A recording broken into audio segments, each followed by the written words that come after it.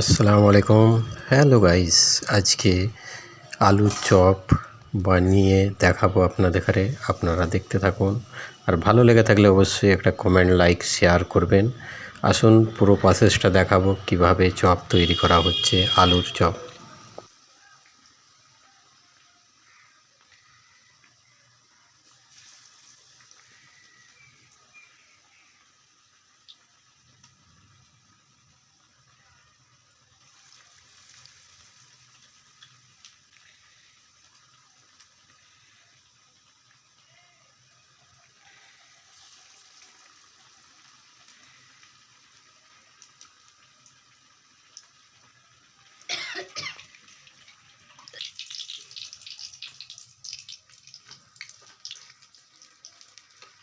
আলুর চপগুলো দেখছেন খুবই সুন্দর কালার এসে গেছে, লাল হয়ে গেছে। আর এখানে আমি একটা একটা করে উল্টে নিচ্ছি।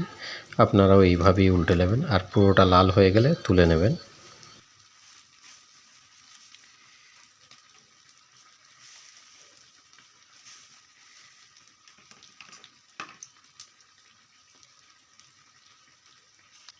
চপগুলো এখানে হয়ে গেছে অলরেডি। আমি একটা একটা করে তুলে নিচ্ছি। আপনাদের কেমন লাগলো অবশ্যই কমেন্টে জানাবেন।